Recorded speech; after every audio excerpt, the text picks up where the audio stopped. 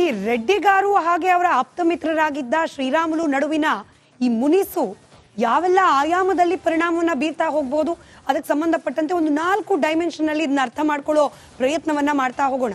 ಮೊದಲ ಆಯಾಮ, ಶ್ರೀರಾಮುಲು ಶಕ್ತಿ ಏನು ಅನ್ನೋದು ಬಿಜೆಪಿ ಹೈಕಮಾಂಡ್ಗೆ ಚೆನ್ನಾಗೇ ಗೊತ್ತಿದೆ. 1 ಬಾರಿ DCM ಆಗಿರೋರು, 4 ಸಲ ಸಚಿವರಾಗಿರೋರು, 6 ಬಾರಿ ಶಾಸಕರಾಗಿರೋರು ಶ್ರೀರಾಮುಲು. ಹೀಗಾಗಿ ಅಪಾರ ಅನುಭವ ಹಾಗೆ ಬೆಂಬಲ ಎರಡೂ ಕೂಡ ಶ್ರೀರಾಮುಲು ಅವರ ಬೆನ್ನಿಗಿದೆ ಅನ್ನೋದು ಬಿಜೆಪಿ ಹೈಕಮಾಂಡ್ಗೂ ಕೂಡ ಗೊತ್ತೇ ಇದೆ. ಹೀಗಾಗಿ ಸದ್ಯಕ್ಕೆ ಬ್ಯಾಕ್ ಟು ಬ್ಯಾಕ್ 2 ಎಲೆಕ್ಷನ್ ಸೋತಿದ್ರೂ ಕೂಡ ಶ್ರೀರಾಮುಲು ಅವರ ಪ್ರಭಾವ ಕಡಿಮೆ ಆಗಿಲ್ಲ ಅನ್ನೋದು ಕೂಡ ಬಿಜೆಪಿಯ ವರಿಷ್ಠ ನಾಯಕರಿಗೆ ಗೊತ್ತಿದೆ. ಸೋಲು ಗೆಲುವು ರಾಜಕಾರಣದಲ್ಲಿ ಕಾಮನ್. ಹೀಗಾಗಿ ಮುನಿದಿರೋ ಶ್ರೀರಾಮುಲುರನ್ನ ಶಾಂತಗೊಳಿಸೋದೆ ಸದ್ಯಕ್ಕೆ ಬಿಜೆಪಿಯ ಪ್ಲಾನ್ ಎ. ಹೇಗಾಗುತ್ತೆ ಇದು ಗಮನಿಸ್ತಾ ಹೋಗೋಣ ಮತ್ತಷ್ಟು ಅದಕ್ಕೆ ಪೂರಕವಾದ ಅಂಶಗಳನ್ನು. ಜನಾರ್ದನ ರೆಡ್ಡಿ ಹಾಗೆ ಶ್ರೀರಾಮುಲು ನಡುವೆ ವಿರಸ ಮೂಡಿದೆ. ನಾನು ನೀನು ಅಂತ ಹೇಳಿ ತೊಡೆ ತಡ್ತಿದ್ದಾರೆ ದೋಸ್ತಿಗಳು. ಈ ಕಲಹಕ್ಕೆ ಮೂಲ ಹುಡುಕ್ತಾ ಹೋದ್ರೆ ಕಣ್ಮುಂದೆ ಬರೋದು ಮೊನ್ನೆ ನಡೆದ ಸಂಡೂರಿನ ಬೈ ಎಲೆಕ್ಷನ್. ಇದೀಗ ಇಬ್ಬರ ಜಗಳಕ್ಕೆ ಕಮಲಪಾಳೆಯ ವಿಲವಿಲ ಅಂತ ಒದ್ದಾಡ್ತಾ ಇದೆ. ಪಕ್ಷದಲ್ಲಿನ ಪ್ರಬಲ ST ನಾಯಕ ಶ್ರೀರಾಮುಲು ಈ ಹಿಂದೆ ಉಪಮುಖ್ಯಮಂತ್ರಿ ಸೇರಿದಂತೆ 4 ಬಾರಿ ಜವಾಬ್ದಾರಿಯುತ ಸಚಿವ ಸ್ಥಾನಗಳನ್ನ ಕೂಡ ನಿಭಾಯಿಸಿದ್ದಾರೆ ಶ್ರೀರಾಮುಲು ಅವರಿಗೆ ತಮ್ಮದೇ ಆದ ವೋಟ್ ಬ್ಯಾಂಕ್ ಕೂಡ ಇದ್ದೇ ಇದೆ. ರಾಜ್ಯದ ಉದ್ದಗಲಕ್ಕೂ ಶ್ರೀರಾಮುಲು ಅವರಿಗೆ ಜನಬಲ ಕೂಡ ಇದೆ.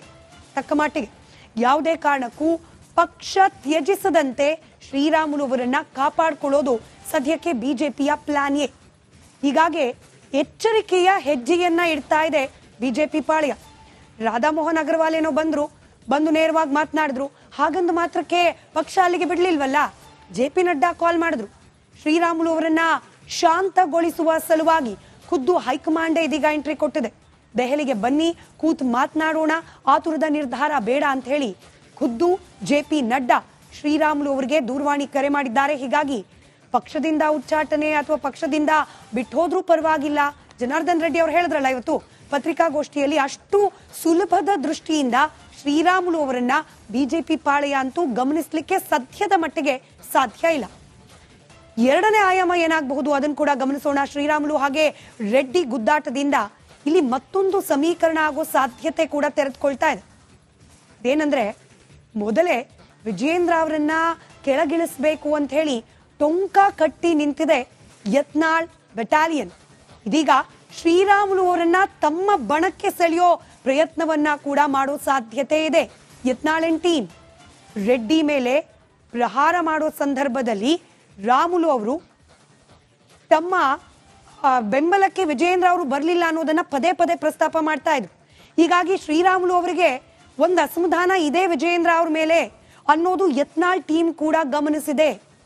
ಇದರ ಜೊತೆಗೆ ಯತ್ನಾಳ್ ಅವರ ಬಗ್ಗೆ ಕೂಡ ಶ್ರೀರಾಮುಲು ಅವರು ಒಳ್ಳೆ ಮಾತುಗಳನ್ನೇ ಆಡಿದ್ದಾರೆ. ತಮಗೆ ಯತ್ನಾಳ್ ಆಪ್ತ ಅನ್ನೋದನ್ನ ಪದೇ ಉಲ್ಲೇಖ ಮಾಡಿದ್ದಾರೆ ಶ್ರೀರಾಮುಲು. ದೂಸಾಲ್ದು ಅನ್ನೋದಕ್ಕೆ ರಾಜ್ಯ ಉಸ್ತುವಾರಿ ರಾಧಾ ಮೋಹನ್ ಅಗರ್ವಾಲ್ ಎದುರು ಕೂಡ ತಮ್ಮ ಪರವಾಗಿ ವಿಜಯೇಂದ್ರ ನಿಲ್ಲಿಲ್ಲ ಅನ್ನೋದನ್ನ ಬಹಿರಂಗವಾಗಿ ಅಸಮಾಧಾನ ಹೊರಹಾಕಿದ್ದಾರೆ. ಇದನ್ನೇ ಎನ್ಕ್ಯಾಶ್ ಮಾಡ್ಕೊಳ್ಳುತ್ತಾ ಯತ್ನಾಳ್ ಟೀಮ್? ಹೀಗೆ ಎನ್ಕ್ಯಾಶ್ ಮಾಡ್ಕೊಳ್ಳೋದ್ರಿಂದ ಯತ್ನಾಳ್ ಟೀಮಿಗೆ ಬೆನಿಫಿಟ್ ಇದೆಯಾ ಗಮನಿಸ್ತಾ ಹೋಗೋಣ. ಬಿಜೆಪಿಯಲ್ಲಿರುವ ಬಣ ಬಡಿದಾಟ, ಇದರ ಮಧ್ಯೆನೇ ಹೊಸ ತಲೆನೋವು ಇದೀಗ ಸೃಷ್ಟಿಯಾಗಿದೆ. ವಿಜಯೇಂದ್ರ ವಿರುದ್ಧ ಕೂಡ ಶ್ರೀರಾಮುಲು ಅವರು ಸಿಟ್ಟಿಗೆದ್ದಿದ್ದಾರೆ. ಅಗರ್ವಾಲ್ ಬಳಿ ತಮ್ಮನ್ನ ಸಮರ್ಥಿಸಿಕೊಳ್ಳಿಲ್ಲ ವಿಜಯೇಂದ್ರ. ಪಕ್ಷದ ರಾಜ್ಯಾಧ್ಯಕ್ಷರು ಸೋಲಿನ ಹೊಣೆಯನ್ನ ಕಂಪ್ಲೀಟ್ ಆಗಿ ನನ್ನ ಮೇಲೆ ಹಾಕ್ತಿದ್ದಾರೆ. ನಾನೇನೋ ಪಕ್ಷಕ್ಕೆ ವಿರೋಧವಾಗಿ ನಡ್ಕೊಂಡೆ ಅನ್ನೋ ರೀತಿಯಲ್ಲಿ ಮಾತನಾಡ್ತಿದ್ದಾರೆ. ಹೊರಗಿನಿಂದ ಬಂದವರು ನಮ್ಮ ಹೈಕಮಾಂಡ್ ನಾಯಕರೇ ಇರಬಹುದು, ಆದ್ರೆ ಹೊರಗಿನವರಲ್ವಾ? ಅವ್ರ ಮುಂದೆ ನಮ್ಮನ್ನು ಸಮರ್ಥಿಸ್ಕೊಳ್ಬೇಕಾಗಿರೋದು ನಮ್ಮವರು ಅಂತ ನಾವು ನಂಬಿರೋ ವಿಜಯೇಂದ್ರ ಅಲ್ವಾ? ಅರೆ, ಅಲ್ಲಿ ನೋಡಿದ್ರೆ ಮಾತೇ ಆಡ್ಲಿಲ್ಲ ವಿಜಯೇಂದ್ರ ಅವರು. ಪಕ್ಷ ವಿರೋಧ ಆರೋಪದ ಸಂದರ್ಭದಲ್ಲೂ ಕೂಡ ವಿಜಯೇಂದ್ರ ಅವರು ಮೌನವಾಗಿದ್ರು. ತಮ್ಮ ಪರ ವಹಿಸಲಿಲ್ಲ ಅಂತ ಹೇಳಿ ಶ್ರೀರಾಮುಲು ಅವರು ಕಿಡಿಕಾರ್ತಿದ್ದಾರೆ. ಇದೇ ಪರಿಸ್ಥಿತಿಯನ್ನ ಎನ್ಕ್ಯಾಶ್ ಮಾಡ್ಕೊಳ್ಳೋ ಪ್ರಯತ್ನಕ್ಕೇನಾದ್ರೂ ಯತ್ನಾಳ್ ಬಣ ಮುಂದಾಗುತ್ತಾ? ತಮ್ಮ ಬಣಕ್ಕೆ ಶ್ರೀರಾಮುಲು ಬಂದ್ರೆ ದೊಡ್ಡ ಶಕ್ತಿ ಲಭಿಸಿದಂತಾಗುತ್ತೆ ಅನ್ನೋ ಲೆಕ್ಕಾಚಾರ ಮಾಡುತ್ತಾ?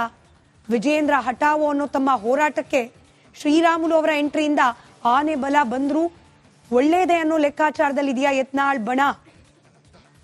ಈಗ ಶ್ರೀರಾಮುಲು ಅವರು ಯತ್ನಾಳ್ ಬಣವನ್ನ ಜಾಯಿನ್ ಆಗೋದ್ರಿಂದ ಯತ್ನಾಳ್ ಅವರ ಹೋರಾಟಕ್ಕೊಂದು ಬಲ ಸಿಗತ್ತೆ. ಶ್ರೀರಾಮುಲು ಅವ್ರಿಗೆ ಏನ್ ಬೆನಿಫಿಟ್ಟು? ಅವ್ರು ಯೋಚನೆ ಮಾಡ್ತಾರಲ್ಲ, ಹಾಲಿ ರಾಜ್ಯಾಧ್ಯಕ್ಷರನ್ನ ಎದುರಾಕೊಂಡ್ರೆ ನನಗೆ ನಾಳೆ ದಿನ ಏನ್ ಸಿಗತ್ತೆ ಇದರಿಂದ? ಇದಕ್ಕೂ ಕೂಡ ಯತ್ನಾಳ್ ಬಣದಲ್ಲಿ ಒಂದು ಲಾಜಿಕಲ್ ಉತ್ತರ ಇರಬಹುದು.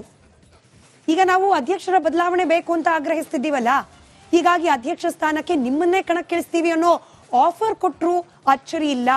ಯತ್ನಾಳ್ ಬಣದಿಂದ ಶ್ರೀರಾಮುಲು ಬಿಜೆಪಿ ರಾಜ್ಯಾಧ್ಯಕ್ಷ ಅಭ್ಯರ್ಥಿಯಾಗ್ಲಿಕ್ಕೆ ಸಾಧ್ಯತೆಗಳಿದೆಯಾ? ಈ ನಿಟ್ಟಿನಲ್ಲಿ ಮನವೊಲಿಸ್ತಾರ ಯತ್ನಾಳ್ ರಮೇಶ್ ಜಾರಕಿಹೊಳಿ ಶ್ರೀರಾಮುಲು ಅವರನ್ನ? ಈ ಬಗ್ಗೆ ಯೋಚನೆ ಮಾಡಬೇಕಾಗಿದೆ. ಆದರೆ ಈ ಬಗ್ಗೆ ಇನ್ನೂ ಶ್ರೀರಾಮುಲು ಅವರು ಯಾವುದೇ ರೀತಿಯ ಸಕಾರಾತ್ಮಕ ಉತ್ತರವನ್ನ ಕೊಟ್ಟಿಲ್ಲ ಯತ್ನಾಳ್ ಟೀಮ್ಗೆ. ಶ್ರೀರಾಮುಲು ಅವರ ಸಮಾಧಾನಕ್ಕೆ ವಿಜಯೇಂದ್ರ ಅವರು ಮತ್ತೊಂದು ಕಡೆ ಸರ್ಕಸ್ ಮಾಡ್ತಿದ್ದಾರೆ. ಶ್ರೀರಾಮುಲು ಸಾಂತ್ವನಕ್ಕೆ ಯಡಿಯೂರಪ್ಪನವರು ಕೂಡ ಪ್ರಯತ್ನ ಪಡ್ತಾರ? ಕಾದ್ ನೋಡ್ಬೇಕಾಗಿದೆ. ಮೂರನೇ ಆಯಾಮವನ್ನ ಕೂಡ ಗಮನಿಸ್ಬಿಡೋಣ. ತಮ್ಮ 3 ದಶಕಗಳ ಕುಚುಕು ಜನಾರ್ದನ ರೆಡ್ಡಿ ವಿರುದ್ಧ ಮೊಟ್ಟ ಮೊದಲ ಬಾರಿಗೆ ಬೆಂಕಿ ಕಾಡ್ತಿದ್ದಾರೆ ಶ್ರೀರಾಮುಲು. ಇಲ್ಲಿ ರೆಡ್ಡಿ ನೋಡಿದ್ರೆ ಅಧ್ಯಕ್ಷ ವಿಜಯೇಂದ್ರ ಹಾಗೆ ಯಡಿಯೂರಪ್ಪನವರ ಜೊತೆ ಭಯಂಕರ ಕ್ಲೋಸ್ ಜನಾರ್ದನ್ ರೆಡ್ಡಿ ಅವರು. ಹಾಗ ನೋಡಿದ್ರೆ ಸದ್ಯಕ್ಕೆ ರೆಡ್ಡಿ ಅವರಿಗೇನೆ ಅಪ್ಪರ್ ಹ್ಯಾಂಡ್ ಇದೆ ಈ ಸಂದರ್ಭದಲ್ಲಿ.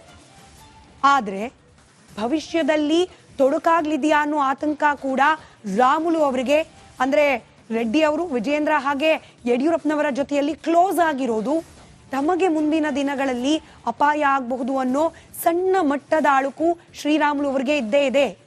ಹಾಗಾದ್ರೆ ಶ್ರೀರಾಮುಲು ಎದುರಿಸೋ ಮುಂದಿನ ಹಾದಿ ಏನು, ಅವ್ರ ಆಯ್ಕೆ ಮಾಡಿಕೊಳ್ಳೋ ಮುಂದಿನ ಹಾದಿ ಯಾವುದು ಅನ್ನೋದು ಕೂಡ ಕ್ವೈಟ್ ಇಂಟ್ರೆಸ್ಟಿಂಗ್ ಇದೆ.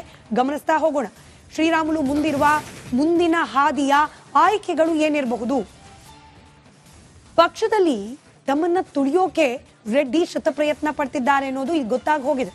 ಭವಿಷ್ಯದಲ್ಲೂ ಕೂಡ ತಮಗೆ ಅಂಕುಶ ಹಾಕ್ಲಿಕ್ಕೆ ರೆಡ್ಡಿ ಪ್ಲಾನ್ ಮಾಡಬಹುದು ಅನ್ನೋದು ಕೂಡ ಶ್ರೀರಾಮುಲು ಅವರಿಗೆ ಗೊತ್ತಿದೆ. ಹೀಗಾಗಿ ಈಗಿನಿಂದಲೇ ರಾಮುಲು ಮುನ್ನೆಚ್ಚರಿಕೆ ಹೆಜ್ಜೆಗಳನ್ನ ಇಡ್ತಾ ಹೋಗ್ತಾರೆ. ಬಳ್ಳಾರಿ ಬಿಟ್ಟು ಕೂಡ್ಲಗಿಯಿಂದ ರಾಮುಲು ಕಣಕ್ಕಿಳಿಯುವ ಸಾಧ್ಯತೆ ಕೂಡ ಕಂಡು ಬರ್ತಾ ಇದೆ. ಹಾಗೆ ಬಿಜೆಪಿಯಲ್ಲೇ ಇರೋ ಬಗ್ಗೆ ಗೊಂದಲಗಳೂ ಇದೆ. ಪಕ್ಷದಲ್ಲಿ ತಮಗೆ ಮುಜುಗರ ತಂದಿದ್ದಾರೆ ರೆಡ್ಡಿ. ಆದ್ರೂ ರೆಡ್ಡಿಗಿಂತ ರಾಮುಲುಗೆ ಪಕ್ಷದಲ್ಲಿ ಬಲ ಇದೆ. ಹೇಗೆ? ಮೋದಿ ಜೊತೆ ರಾಮುಲು 1 to 1 ನೇರ ಸಂಪರ್ಕ. ರಾಜ್ಯಕ್ಕೆ ಮೋದಿ ಬಂದಾಗ್ಲೆಲ್ಲ ರಾಮುಲು ಅವ್ರ ಜೊತೆಲೇ ಇರ್ತಾರೆ.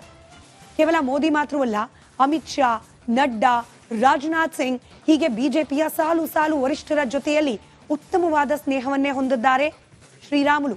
ಹೀಗಾಗಿ ಸದ್ಯಕ್ಕೆ ಆತುರದ ನಿರ್ಧಾರ ಬೇಡ, ಇವರೆಲ್ಲರೂ ನನ್ನ ಬೆಂಬಲಕ್ಕೆ ಬರಬಹುದು ಅನ್ನೋ ರೀತಿಯಲ್ಲಿ ಯೋಚನೆ ಮಾಡುವ ಸಾಧ್ಯತೆ ಕೂಡ ಇದೆ ಶ್ರೀರಾಮುಲು. ಯಾಕಂದ್ರೆ ಆತುರದ ನಿರ್ಧಾರ ತಗೊಂಡು ಕಾಂಗ್ರೆಸ್ಗೆ ಏನಾದ್ರೂ ಹೋದ್ರೆ ಅಲ್ಲಿ ನಾಯಕರ ಜಂಗುಳಿದೆ, ಆಪ್ಷನ್ ಆಫ್ ಮೆನಿ. ಹಾಗಾಗಿ ಅಲ್ವಾ ಕಾಂಗ್ರೆಸ್ ನಾಯಕರು ಪ್ರತಿನಿತ್ಯ ಹಾದಿರಂಪ ಬೀದಿರಂಪ ಮಾಡ್ತಿರೋದು. ಆ ಹಾದಿರಂಪ ಬೀದಿರಂಪದಲ್ಲಿ ತನ್ನ ಸ್ಥಾನಮಾನ ಏನು? ಈ ಪ್ರಶ್ನೆ ಶ್ರೀರಾಮುಲು ಅವರಿಗೆ ಬಂದೇ ಬಂದಿರುತ್ತೆ. ಸತೀಶ್ ಜಾರಕಿಹೊಳಿ ಅವರ ವಿರುದ್ಧ ದಾಳವಾಗಿ ಬಳಕೆ ಮಾಡ್ಕೊಳ್ಬಹುದು ಅನ್ನೋ ಅರಿವು ಕೂಡ ಇದೀಗ ಆಲ್ರೆಡಿ ಶ್ರೀರಾಮುಲು ಅವರಿಗೆ ಇದ್ದೇ ಇದೆ. ಆದ್ರೆ ಹೀಗೆ ಸತೀಶ್ ಜಾರಕಿಹೊಳಿ ಅವರ ವಿರುದ್ಧವಾಗಿ ತಾವೇನಾದ್ರೂ ನಿಲ್ಲುವ ಪ್ರಯತ್ನ ಮಾಡಿದ್ರೆ ಸಮುದಾಯದ ನಾಯಕರ ಜೊತೆಯಲ್ಲಿ ಸುಖ ಸುಮ್ಮನೆ ಬಡದಾಟ ಅಲ್ಲದೆ ಪಕ್ಷ ಬಿಟ್ರೆ ಸೀನಿಯಾರಿಟಿ ಲಾಸ್ ಕೂಡ ಆಗತ್ತೆ. ಹೀಗಾಗಿ ಎಲ್ಲವನ್ನ ಕಾದು ನೋಡಿ ಮುಂದೆ ಒಳ್ಳೇದಾಗಬಹುದು ಅನ್ನೋ ನಂಬಿಕೆ ಜೊತೆಯಲ್ಲೇ ಜನಾರ್ದನ ರೆಡ್ಡಿ ಹಾರಾಟಕ್ಕೆ ಮಾತ್ರ ತಾತ್ಕಾಲಿಕವಾಗಿ ಬ್ರೇಕ್ ಹಾಕೋ ಪ್ರಯತ್ನಕ್ಕೆ ಮುಂದಾಗುವ ಸಾಧ್ಯತೆ ಇದೆ. ಇದನ್ನ ಎಲ್ಲಾ ಲೆಕ್ಕಾಚಾರಗಳನ್ನ ಅರಿತೆ ಬಿಜೆಪಿ ನಾಯಕರು ಕೂಡ ತಮ್ಮ ಪರವಾಗಿ ನಿಲ್ಲಬಹುದು, ನನಗೆ ಮುಂದಿನ ದಿನಗಳಲ್ಲಿ ಮೇಲುಗೈ ಆಗಬಹುದು ಅನ್ನೋ ವಿಶ್ವಾಸದಲ್ಲಿ ಶ್ರೀರಾಮುಲು ಮುಂದುವರಿಯೋ ಸಾಧ್ಯತೆ ಕೂಡ ಇದ್ದೇ ಇದೆ. 4ನೇ ಆಯಾಮ ಕ್ವಿಕ್ ಆಗಿ ಗಮನಿಸ್ಬಿಡೋಣ. ಶ್ರೀರಾಮುಲು ಮುನಿಸಿನ 4ನೇ ಆಯಾಮ. ಸಹಜವಾಗಿ ಬಿಜೆಪಿ ಆಂತರಿಕ ಕಲಹದ ಲಾಭ ಪಡೆಯೋಕೆ ಎದುರಾಳಿ ಪಾರ್ಟಿ ಅಂದ್ರೆ ಕಾಂಗ್ರೆಸ್ ಪ್ರಯತ್ನ ಪಟ್ಟೆ ಪಡುತ್ತೆ. ಹೇಳಿ ಕೇಳಿ ಶ್ರೀರಾಮುಲು ರಾಜ್ಯ ಮಟ್ಟದ ನಾಯಕ. ಎಸ್ಟಿ ಸಮುದಾಯದ ವೋಟರ್ಸ್ ಮೇಲೆ ತನ್ನದೇ ಆದ ಕಂಟ್ರೋಲ್ ಅನ್ನ ಹೊಂದಿದ್ದಾರೆ ಶ್ರೀರಾಮುಲು ಅವರು. ಬೀದರ್ನಿಂದ ಹಿಡಿದು ಚಾಮರಾಜನಗರದ ತನಕ ಕೂಡ ವರ್ಚಸ್ಸಿದೆ. ಹೀಗಾಗಿ ಶ್ರೀರಾಮುಲು ಅವರನ್ನ ಸೆಳೆದ್ರೆ ಪಕ್ಷಕ್ಕೆ ಶಕ್ತಿ ಅನ್ನೋ ಲೆಕ್ಕಾಚಾರದಲ್ಲಿ ಕಾಂಗ್ರೆಸ್ ನಾಯಕರಿದ್ದಾರೆ. ಅದರಲ್ಲೂ ಇನ್ ಪರ್ಟಿಕ್ಯುಲರ್ ಕೆಪಿಸಿಸಿ ಅಧ್ಯಕ್ಷರಾದ ಡಿ ಕೆ ಶಿವಕುಮಾರ್ ಅವರು ಒಂದು ಕಲ್ಲಲ್ಲಿ 2 ಹಕ್ಕಿಯನ್ನ ಹೊಡೆದು ಉರುಳಿಸೋ ಪ್ರಯತ್ನವನ್ನ ಮಾಡ್ತಿದ್ದಾರೆ. ಹೇಗೆ ಗಮನಿಸ್ತಾ ಹೋಗೋಣ. ಅದನ್ನ ಕೂಡ ಮುನಿದಿರುವ ಶ್ರೀರಾಮುಲು ಮೇಲೆ ಕಾಂಗ್ರೆಸ್ ಕಣ್ಣಿಟ್ಟಿದೆಯಂತೆ. ಇದನ್ನು ಕೂಡ ಜನಾರ್ದನ್ ರೆಡ್ಡಿ ಅವರೇ ಹೇಳಿದ್ದು. ಪ್ರಭಾವಿ ನಾಯಕ ಕೈ ಹಿಡಿದ್ರೆ ಪಕ್ಷಕ್ಕೆ ದೊಡ್ಡ ಪ್ಲಸ್ ಪಾಯಿಂಟ್ ಆಗೋ ಸಾಧ್ಯತೆ ಅನ್ನೋ ಲೆಕ್ಕಾಚಾರ ಕಾಂಗ್ರೆಸ್ನದ್ದು. ರಾಜ್ಯಾದ್ಯಂತ ಬೆಂಬಲ ಹೊಂದಿದ್ದಾರೆ ಶ್ರೀರಾಮುಲು. ಎಸ್ಟಿ ಸಮುದಾಯದಲ್ಲಿ ನಂಬರ್ 1 ನಾಯಕ ಕೂಡ. ರಾಮುಲು ಬಂದ್ರೆ ಕೈ ನಾಯಕರ ಮತ ಸಾಲಿಡ್ ಆಗುತ್ತೆ ಅನ್ನೋ ಲೆಕ್ಕಾಚಾರ. 2013ರಲ್ಲಿ ಬಿಎಸ್ಆರ್ ಪಕ್ಷ ಸರಿಸುಮಾರು 3% ಅಷ್ಟು ಮತ, ಕಮ್ಮಿ ಏನಲ್ಲ ಅದು. ಇಂಥ ನಾಯಕನನ್ನ ಪಕ್ಷಕ್ಕೆ ಸೆಳೆದ್ರೆ ಲಾಭ ಆಗುತ್ತೆ ಅನ್ನೋ ಲೆಕ್ಕಾಚಾರದೊಂದಿಗೆನೆ ಡಿ.ಕೆ. ಶಿವಕುಮಾರ್ ಶ್ರೀರಾಮುಲು ಅವರನ್ನ ಅಪ್ರೋಚ್ ಮಾಡಿದ್ದಾರೆ ಅನ್ನೋ ಮಾತು. ಒಂದು ಕಲ್ಲಿಗೆ 2 ಹಕ್ಕಿ ತಂತ್ರ. ರಾಮುಲು ಅವರು ಬರೋದ್ರಿಂದ ಪಕ್ಷಕ್ಕೆ ಒಂದು ಬಲವರ್ಧನೆ, ಇದರ ಜೊತೆಗೆ 2028ರ ಎಲೆಕ್ಷನ್ ಅಲ್ಲಿ ಕಾಂಗ್ರೆಸ್ಗೆ ಆನೆ ಶಕ್ತಿ ಸಿಕ್ಕಂತಾಗುತ್ತೆ. ಇದು ಒಂದು.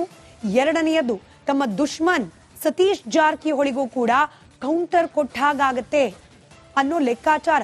ಹೀಗಾಗಿ ಪದೇ ಪದೇ ಸತೀಶ್ ಅಂದ್ರೆ ತಮ್ಮನ್ನ ಕೆಣಕ್ತಾ ಇರುವ, ಡಿ.ಕೆ. ಶಿವಕುಮಾರ್ ಅವರನ್ನ ಕೆಣಕ್ತಾ ಇರುವ ಸತೀಶ್ ಜಾರಕಿಹೊಳಿಗೆ ಅಂಕುಶ ಹಾಕುವ ಪ್ರಯತ್ನದ ಭಾಗವಾಗಿ, ಸತೀಶ್ ಜಾರಕಿಹೊಳಿ ಅವರಿಗೆ ಮೂಗುದಾರ ಹಾಕುವ ಲೆಕ್ಕದ ಭಾಗವಾಗಿ ಡಿ.ಕೆ. ಶಿವಕುಮಾರ್ ಶ್ರೀರಾಮುಲು ಅವರನ್ನ ಸೆಳಿಬಹುದು ಅನ್ನೋ ಲೆಕ್ಕಾಚಾರ ಇದೆ. ಕಾದ್ ನೋಡೋಣ. ರಾಜಕೀಯದಲ್ಲಿ ಯಾವುದೂ ಕೂಡ ಹೀಗೆ ಆಗತ್ತೆ ಅನ್ನೋದನ್ನ ಹೇಳಲಿಕ್ಕೆ ಕಷ್ಟ ಸಾಧ್ಯ.